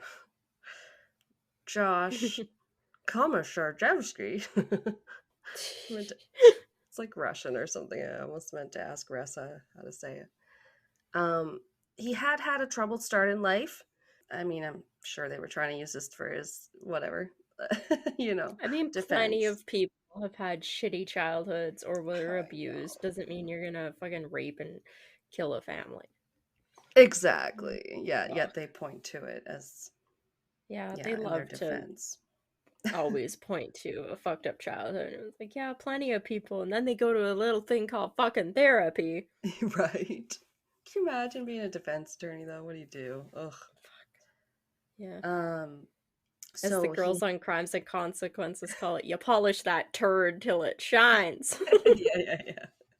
I love those idioms. I like Sinisterhood has some cute ones like that too. Like, I think earlier when I said, after your cat fell off the table, and I was like, and then he tumped right over. That's from the girls on Sinisterhood. They're from Dallas. He tumped right off the frickin' yeah, the basket's still behind me. I wish we had that on video. It was pretty great. It was like it happened in slow motion. I know, and then you just turned around and looked at me like it was like a freaking TV show. I was waiting for the laugh track. Like it was just like, ah. Cats always land on their feet. Wah, wah, wah. Yeah. Oh my god. My dog fell off the bed once. Sometimes just like leans his head so far over. You're like, stop! You're gonna lose your balance. I think that's what it was. He started sliding off the table, and then one foot was in the basket, and then he was like too spread out, and he's like, ah! Why is this one not saving me? Yeah. Like his other foot, I mean. Okay, so they did talk about how he was like adopted by a wealthy family, a well-off family, whatever. Yet was also diagnosed apparently at a young age with something called oppositional defiant disorder, which kind of sounds to me like he was a little shit, maybe. I've heard of that before. I can't Have quite you? remember what it means, but I've heard of it. Yeah. The what's the word? Acronym for that is just odd. ODD. He's a little odd. I like that. It's kind of like how seasonal affective disorder is just Sad. sad. Yeah. I just go, I got the sad. The sad. uh, it's not. I almost said Gravity Falls because we were talking about that earlier, but no, it's Phineas and Ferb, another good Disney XD Oh. show. And they I have never one. watched that one, but Oh, yeah. well, the platypus Perry is in a secret Yeah. organization, and it's called AUCA, the organization without a cool acronym. AUCA. Wow. That's pretty good. Just I like that. it's yeah, a little on the nose. um, I never understand when my work we call it. What I do is called VRAR, Vehicle Registration Auto Renew. I'm like, couldn't you make it like VAR, Vehicle Automatic? Like, couldn't you just make it so it's not so hard to say? That's a Yeah. stupid acronym. Anyway. Mhm. We'll just keep digressing because I don't want to talk about this shithead. But yes, supposedly he did have kind of a shitty childhood with this supposed abuse, this alleged abuse. Um, Allegedly, he was both the victim and perpetrator of abuse within his sibling group. So it doesn't sound like it was a great home with those foster kids. Yeah, probably not. Yeah, it not often is. You feel bad because poor foster kids are like they often have to just throw their belongings in a trash bag and get to go to their next house. It's really shitty Yeah, for them. sometimes. Yeah. Yeah. Um. Yeah. Multiple sources said that he had those extremely religious parents that probably heard of the alleged abuse and saw the symptoms of his trauma, like him being depressed and stuff, but refused any sort of outside treatment, as I said, because they wanted to keep up appearances. Oh, Mm-hmm. and they may or may not have just blamed it all on a satanic cult, apparently. What? Because, Okay. That's out of nowhere, but okay. not God, don't look over here, it's Satan. Satan got a hold of him. Um, and then they randomly were mentioning on True Crime Obsessed how, like, in the documentary, they said his family was, like, a prominent Russian theater family or something. They're like, What? there's a theater named after his aunt, and the one uncle said Oh. they grew up in a house of arts and letters. They didn't say it in that accent, but maybe think of the men of letters, how they on the Supernatural, that's what they call all like the hunter Oh, groups yeah. and whatever. I'm Yeah, sure Men that's of Letters is from something originally, but so it was just random. So random.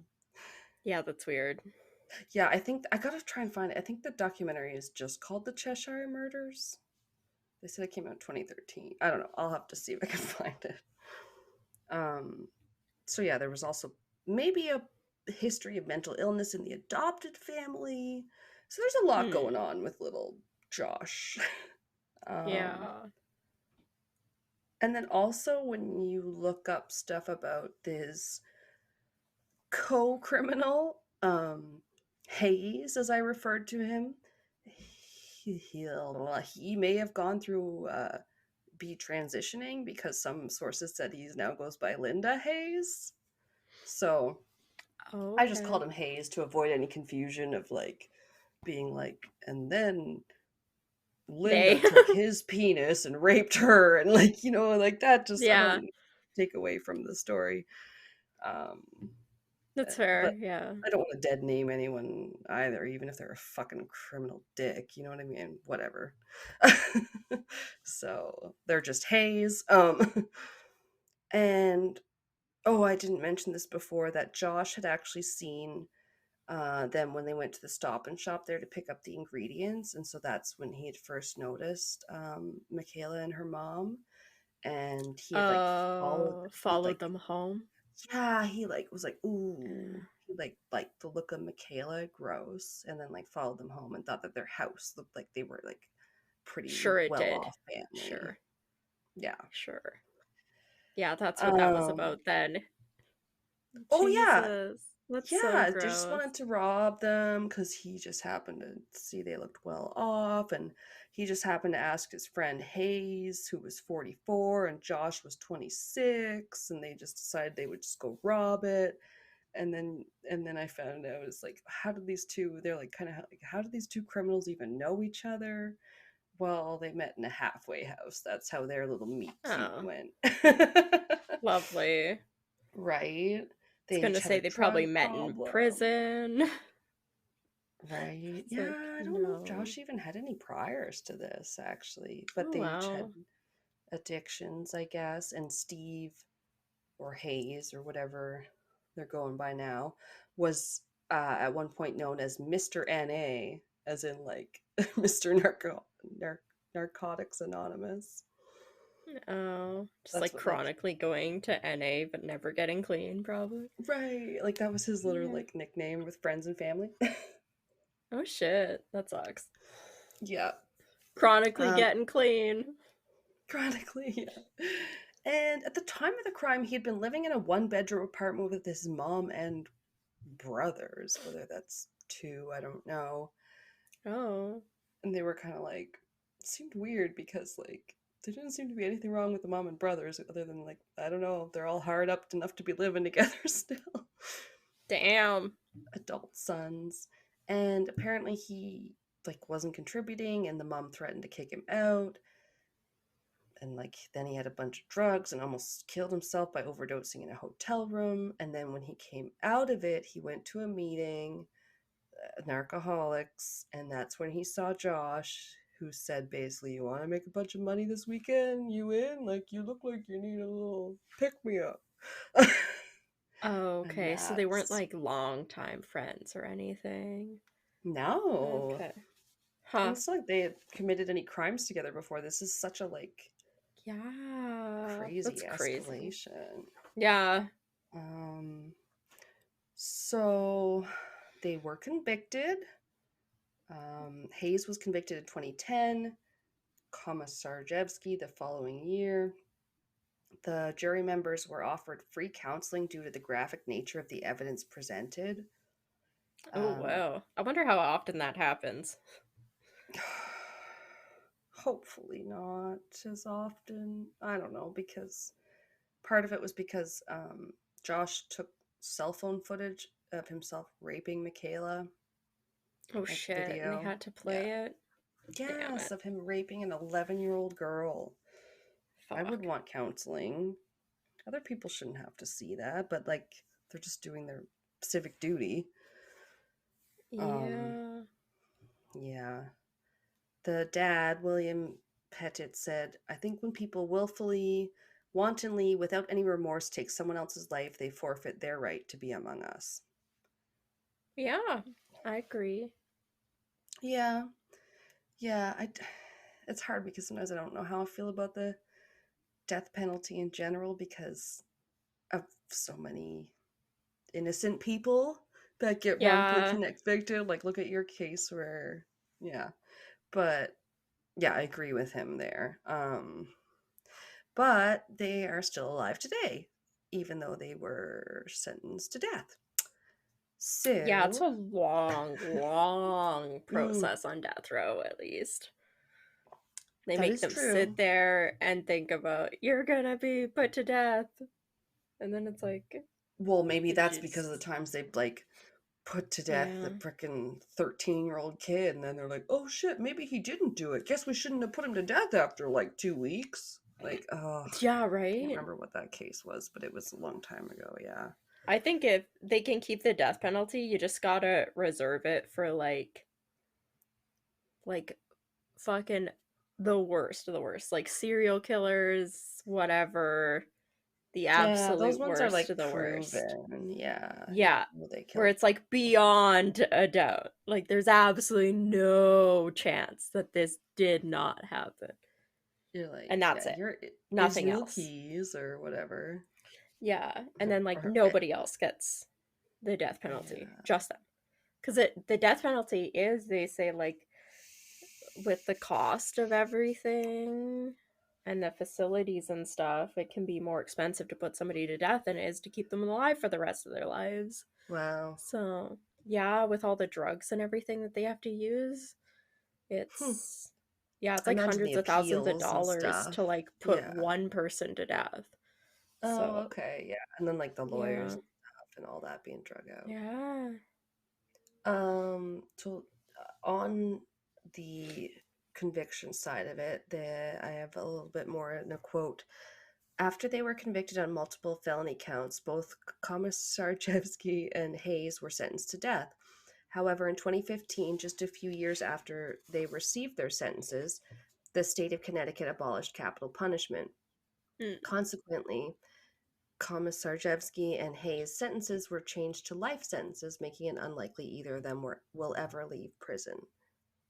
Yeah. To I mean, they go away. murdered 3 people and each raped one, so. Ugh.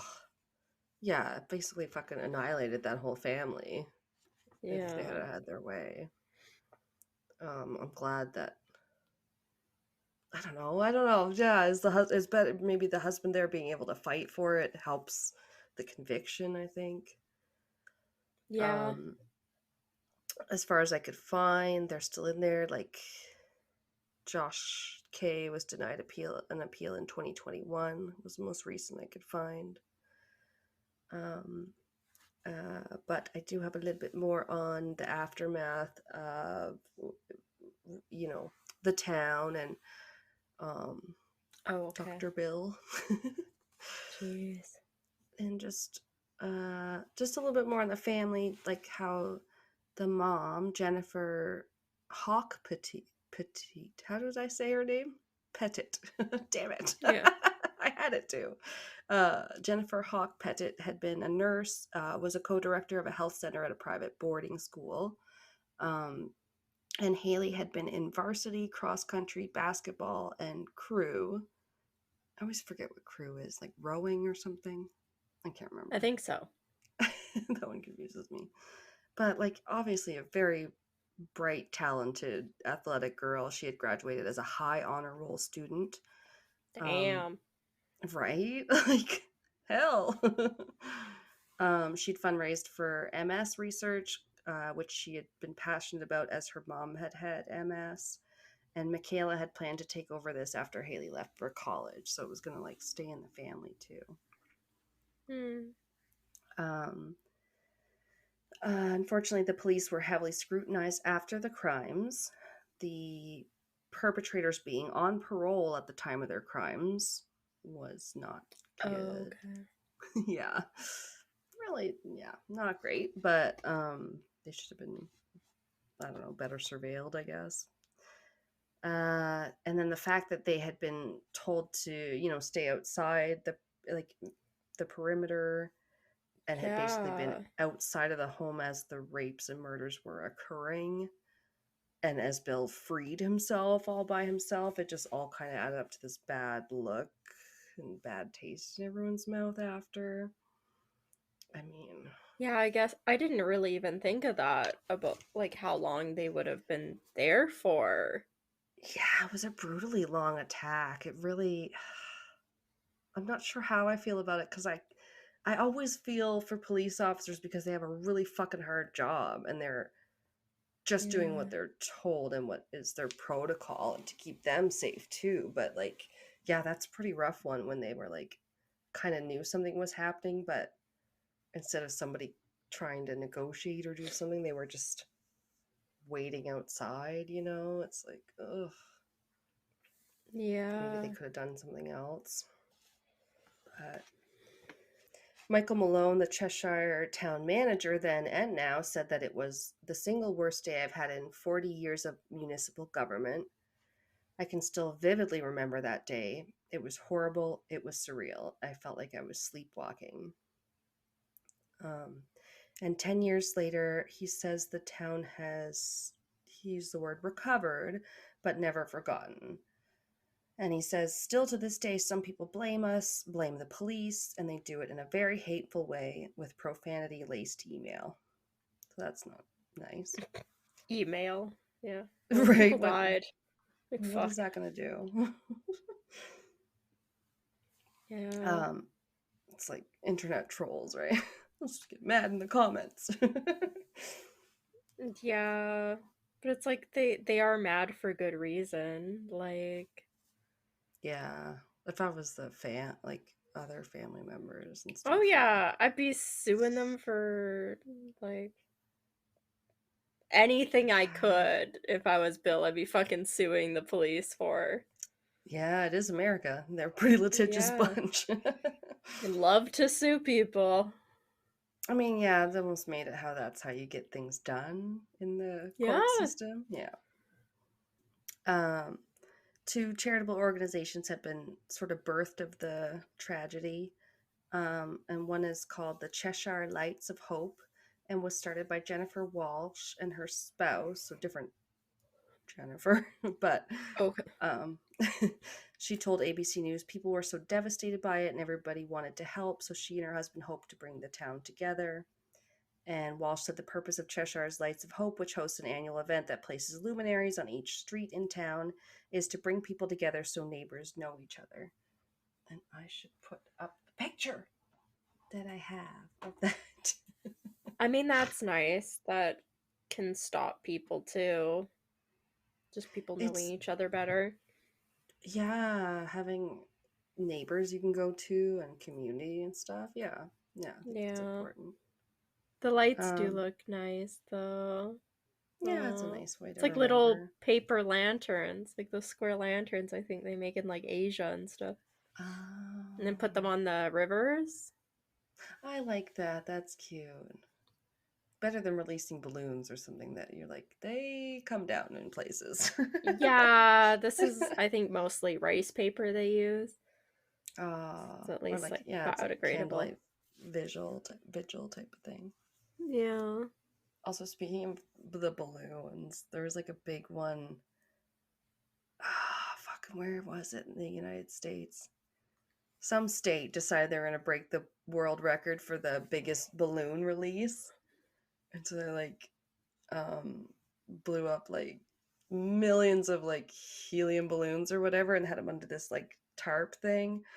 I was listening to it on like Wine and Crime, and I remember Kenyon, they were like, your mom would have had us out there filling up balloons. That would have been something she would have signed us up for.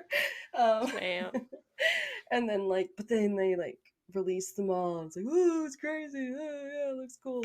And then they start coming down everywhere and like clogging up the roadways and like clogging up the riverways. And like these two guys go missing on a boat like fishing, and the Coast Guard's out there trying to find them, and they can't find anything because all they could see is balloons everywhere. They can't see if there's two guys bobbing around in the water because there's fucking balloons all over the water that look like people's little heads.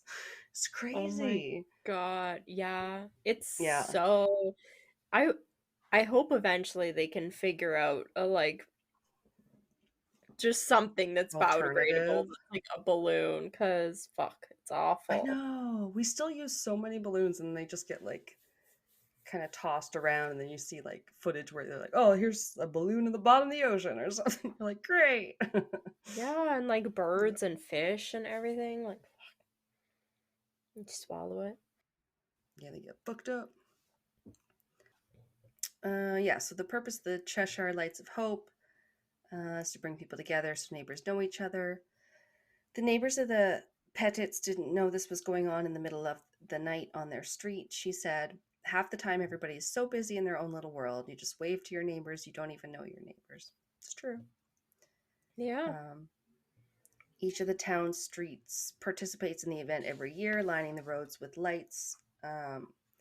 And the year after the tragedy, the charity gave money straight to the remaining family members of the Petits.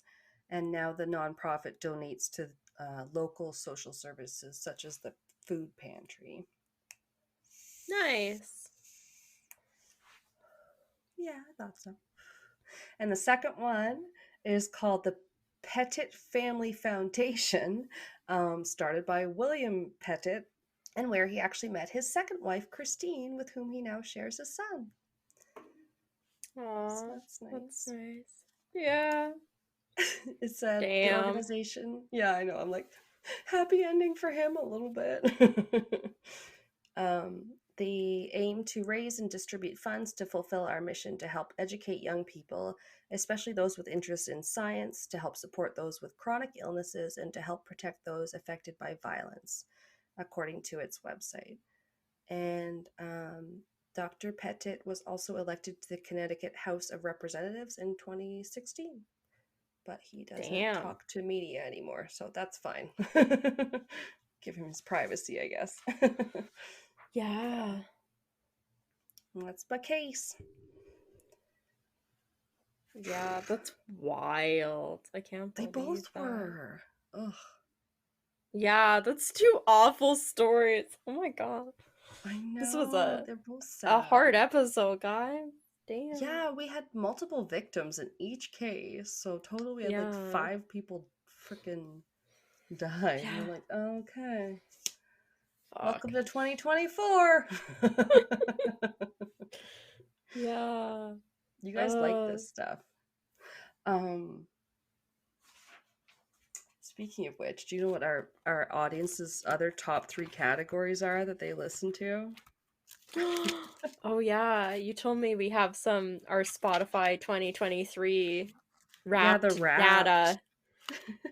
You wanted to share some of it with us. Yeah, there was some interesting stuff. We already kind of knew this, but like 42% of our new listeners started on episode 35, which is Japanese true crime. Oh, okay. I was like, episode 35. I don't know. It's a popular one. 99. Mm-hmm. It's our like 1,000% most streamed almost, or whatever. I think it tops out at 999%. Damn. That was the one I re-listened to, and I was like, you know what? I think it was a good episode. I think I did something that I went first, which was unusual.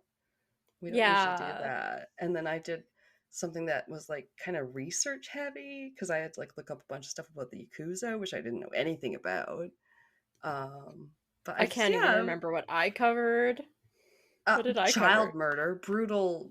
Oh yeah, child murder.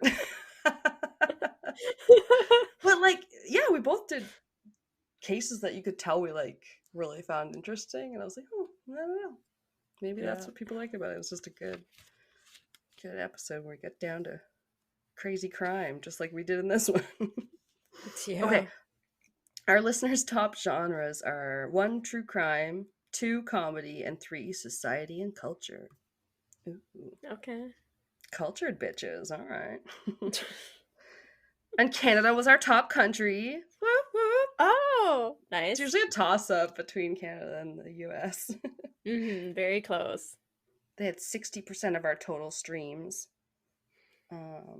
We had 26 countries listen to us this last year. And they listened to pop, rap, and rock music. Oh. Tell our marketing department. No, we don't have one. It was confusing because one place it said 90% of our listeners joined us this year, but then in a different spot it said 50% joined you for the first time this year. So I didn't know what that difference was. I didn't quite get it. Our most shared episode, I was surprised to learn, was the Dark Side of Disney Legends. Oh, I know, it was like a half-sode. Yeah, that was your segment. It was, because we went long on the urban legends. Because you did the babysitter calls coming from inside the house sort of murder case, and then I talked a little bit about the Polybius video game machine, and then this one was kind of like a part 2 to that. I just thought that was funny. Damn. People like dark Disney, I guess. Right? I like doing stuff like that. I find it interesting. Podcast rating 4.1 on Spotify, plus 40% followers. We're a top 10 podcast for 101 fans. a top 5 podcast for 53 fans, and a top 1 podcast for 10 fans. And top fans listen 10 times more. Oh, whatever that means. Me playing it on repeat? I don't know. It's like your mom, your brother, your Yes, sister. because my mom, this would be the only podcast she does listen to, so she would be a top 1 fan, I'm sure. Yeah. Yeah, my brother had to download a different podcast app because we weren't on the one he was using, so I'm pretty sure we're the only one he listens to on like Good Pods or whatever he listens on. Yeah, that's just Spotify stats too, right? Because it doesn't count Yeah. we have some weird ones on YouTube that are like our biggest episode on there is different, and the abandoned places. I think it's still the chicken church episode. Chicken church, and then like one of the maritime mysteries ones got like quite a few views, so it's in like our top 10 overall. Let me take 5, a look. Probably. I know. I try and go over onto our YouTube and like stuff when I think of it. But we should definitely, if you guys want more shorts and YouTube videos, I think we're maybe try to do that. Just like I'm trying to still do TikToks when I find the time. It's hard, honestly. Oh, of course. Yeah, everybody knows you get busy. Yeah, our top 2 episodes on YouTube are the abandoned places, and then the maritime mysteries, the second half, secrets of the seas. I think it was.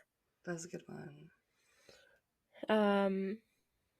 I did a cruise guy disappearing. Yeah, this was our true crime one. I think our first one was the paranormal. Oh, okay, and you did was it a smaller boat, like a yacht or something that it was? Yeah, that little boat that the engine stopped working and it was like found half submerged. I have the picture in front of me. I hated the pictures of that one. Yes. Yeah. It was creepy. I was like, oh my god, so creepy. I hate to see a boat half submerged, or like a ship sinking, or like I forget what it's called. I think there's a specific fear of like large things in the ocean, and like, yep, that kind of shit. It's just, you know what I mean? Like something right out in the middle of the vast ocean. Or like, I think I saw a video once and it was like, you have that Thassalophonia or whatever the fuck it's called, and it's like big things in the water, and it's like this scuba diver going down in the water, and then there's like just like big, I don't know, like statue or something all of a sudden just like pops up out of nowhere, and you're like, ah! It's like really scary, you know, just like being in giant dark water is like terrifying. That doesn't bug me unless it's something that's alive. I can't even go into a lake if something alive touches me and I'm in like a freaking body of water. It's over. On your foot. Yeah. It's over. Doesn't matter if it's a cute little Dory or Nemo. It's just like it's getting kicked. The dark water can be so scary because you don't know what it is. But even if you're in shallow water on like the ocean beach or whatever, and then like a crab scuttles across your foot, that can be fucking freaky just because you're like, what the fuck was that? Oh, my skin's crawling. Stop it. All right, well, at least we're now creeped out by something different than our regular crime shit. I know my brother hates crabs. He can't even look at like we used to go to BC, like, and you walk along the coast and stuff, and sometimes you'll see like the crab shell, like the top of it left. Hermit crabs scuttling along. Yeah, it creeps him the fuck out immediately. He hates crabs. He can't even look at their shells.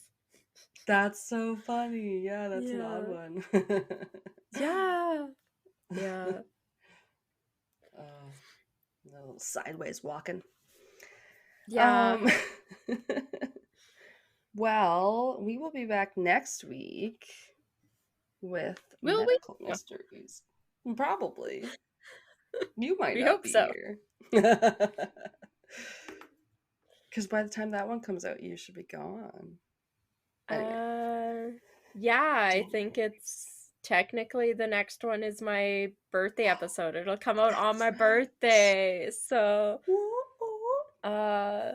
I won't be here. I'll be on the day it gets posted. Alanna will be in charge for 2 weeks. In charge of everything. I don't know what I'm gonna get up to about the YouTube videos. Just a heads up for that. But yeah. I don't know how to YouTube. Yeah, because we'll be at Universal Studios on the 19th Yeah. for my birthday, and that's the Friday. That's awesome. And then She'll we come be having back. a butter beer. Yeah, maybe. We'll see what day we get to Harry Potter World, but yeah, very exciting. There's a Yeah, so Moe's, like Moe's Tavern from The Simpsons. Oh, somebody told me there was like the Simpson lands there's like Yeah. giant donuts and stuff there too. Oh, I don't remember Giant Donuts. I remember the Simpsons ride because I'm not a huge ride person, but it was kind of like there's a Yeah. screen in front of you and you're not like, it kind of feels like maybe you're on a roller coaster, but it's really just stationary chairs Okay. kind of moving back and forth as the screen makes it look like you're maybe going up and down in front of you. Yeah, it's that kind of thing. Yeah, those ones are bad. Hi, buddy. Oh, that should be fun though. So yeah, you guys bear with us as we get the content out to you because got some stuff going on this month, but we're back. So yeah, we'll see you next week. Yeah. Bye-bye. Hope you enjoyed. Keep it cryptic.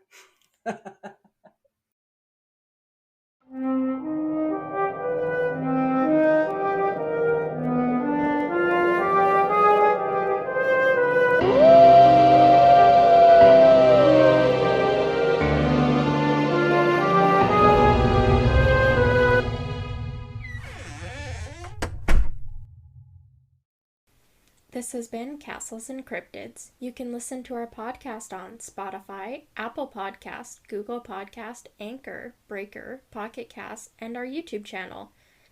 Please rate, review, and subscribe wherever you listen. Follow us on Instagram, Facebook, and Reddit. On our website, you can listen to all of our episodes as well as view pictures for each of our segments. Check out our Patreon page to view all of our tiers and become a Patreon supporter today to unlock monthly bonus episodes and behind-the-scenes content. We are working on an Ask Us Anything. You can submit questions by social media or by email at castlesandcryptids@gmail.com. Do you have a spooky ghost story, a creepy cryptid sighting, or a thrilling true crime tale you would like to share and have us include in a future episode? Send us your listener story by social media or by email. Please include the name that you would like mentioned. Our music is by Kobe Fair. Our logo and artwork is by Antonio Garcia. Thanks for listening.